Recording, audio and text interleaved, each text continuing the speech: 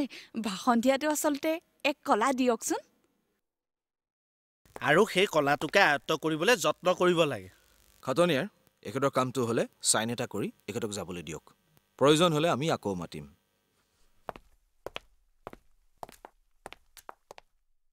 ছাৰৰ বাৰু খং উঠিছে নেকি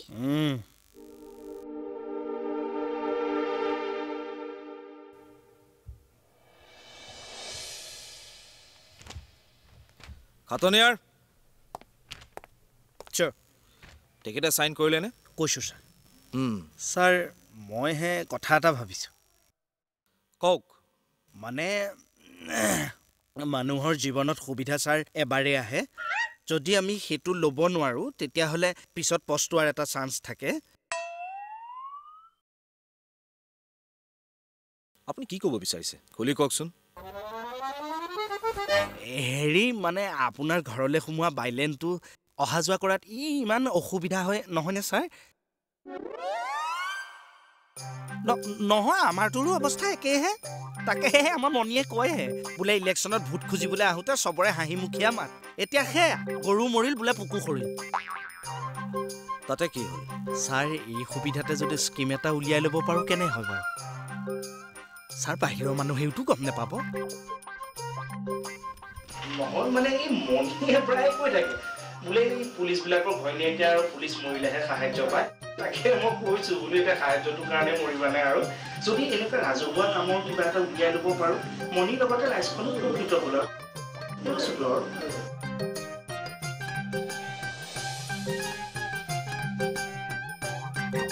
কথাখিনি আপুনি মোকেই কৈছেনে নহয় মানে ছাৰ ৰাইজৰ টকা ৰাইজে পাব আৰু আমাৰনো কি আৰু আপোনাৰ কিবা চাৰ চাৰকে আছে কিবা এটা খুজি ৰাতিলে চুচুৰীয়াকে পাৰ্টি এটা হৈ যাব কি নহয় দালি ভাত অকণ আৰু মনে মনে থাকক এইবিলাক কথা আপুনি মোৰ আগত ক'বলৈ লাজ পোৱা নাই সেই মানুহগৰাকী আৰু আপোনাৰ মাজত কি পাৰ্থক্য থাকিব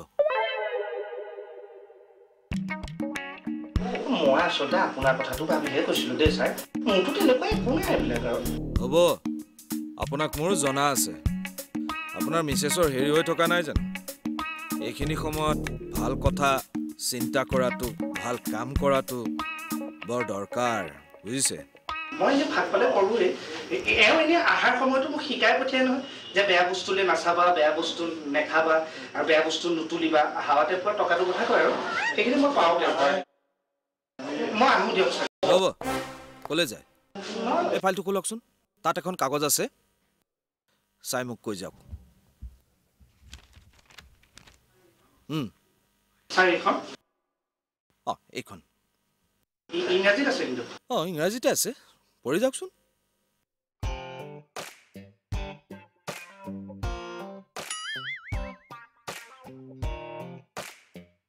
This is the হ্যাঁ আছে কি হে ভালকে পঢ় ইমান পাক লগোৱাকে লিখে মানুহবোৰ একদম মানে শিক্ষাগত হেৰিটো নাই ছাৰ নিজে বস্তুটো যদি বানান সোধা নাই আপোনাক এফালৰ পৰা পঢ়ি যাওক দিছ ইজ ছাৰ এই অসমীয়া লিখা বেলেগ এখন পঢ়িলে নহ'ব নালাগে এইখনকে পঢ়কচোন চাওক দিয়ক মোক দিয়ক ৰ'ব নাযাব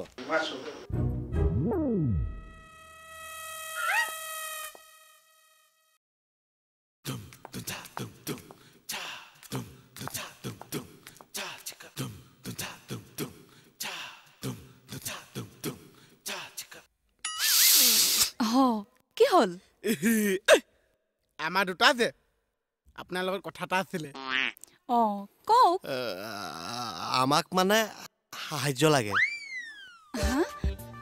চাওক এনেকৈ বিচাৰিলে সাহায্য নাপায় নহয় আমাৰ পাৰ্টিত যোগ দিব লাগিব এতিয়াতো ইলেকশ্যনৰ সময় আমাক বহুত মানুহ প্ৰয়োজন আপোনালোকে আমাৰ পাৰ্টিত যোগ দিয়ক আৰু সহায় কৰক আমিও আপোনালোকক সাহায্য দিম চাওক আমাৰ পাৰ্টি বহুত ডাঙৰ পাৰ্টি আগতেও ডাঙৰ আছিল বৰ্তমানো ডাঙৰ আৰু ভৱিষ্যতলৈ ডাঙৰ হৈ থাকিব বাইদেউ আপুনি যদি আমাক নয়না নিচিনা আঁঠুৱা আৰু কম্বল দিয়া নহয় আমি সদায় আপোনাৰ লগত থাকিম মই থানা পাৰ্টিতে থাকিম শুনক মানুহ অলপ স্বাৰ্থপৰ হ'ব লাগে মই আগতে বেলেগ এটা পাৰ্টিত আছিলোঁ আৰু যেতিয়াই দেখিলোঁ সেইটো পাৰ্টিত মোৰ কোনো কাম নাই লগে লগে এইটো পাৰ্টিত জইন কৰিলোঁ হেৰি নহয় আপোনালোকে মোৰ পাৰ্টি থাকিলে কিবা অসুবিধা হ'ব নেকি? নহয় নহয় মানে এই চাহাৰতক সুধিব লাগিব কাৰণ আমি CID যে হয় নেকি? তেতিয়াহ'লে বহুত ভাল কথা। আপোনালোক থাকিলে আমাৰ দলত বহুত কাম হ'ব। হেৰি নহয়, আপোনালোকক দেখিলে কিন্তু একদমেই পুলিচ যেন নালাগে দেই। আমি দৰমহা পামকে থকা CID পুলিচে। হেৰি আমি মানে ভেঞ্চাৰ পুলিচ।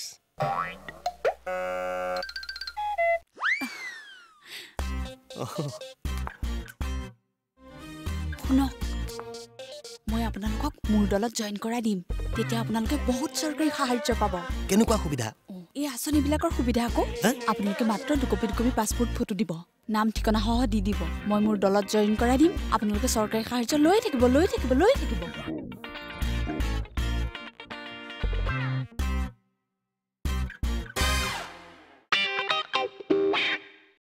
বাৰু আপোনালোক বিয়া কৰোৱা নে নকৰোৱা?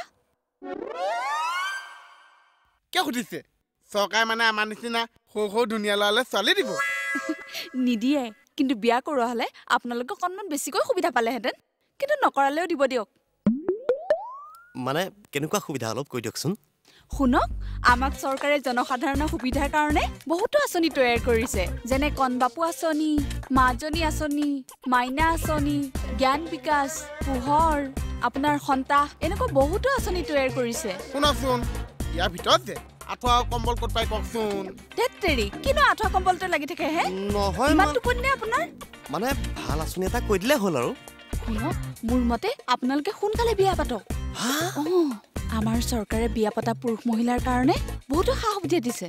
যিবোৰ সুবিধা দিছে আপোনালোকে শুনিলেই চকু কপালত উঠিব। হয় নেকি? মুলিদা, আমি দুটা বিয়া পাতি আহোঁগে বচোন। হেৰি বাইদেউ, এনেই সুবিধাবিলাক কি কি কওকচোন। শুনক, আমাৰ চৰকাৰে কণমানি আঁচনিখনৰ জৰিয়তে প্ৰত্যেক সন্তান জন্ম হ'লে একোটাকৈ সৰিয়হৰ গাৰু, চেৰেলেক আৰু বিনামূলীয়াকৈ বহুত ঔষধ পাতি দিব। আৰু প্ৰত্যেকটো সন্তান জন্ম হোৱাৰ লগে লগে 10,000কৈ টকা দিব। আৰু ইয়াতকৈ কি লাগে?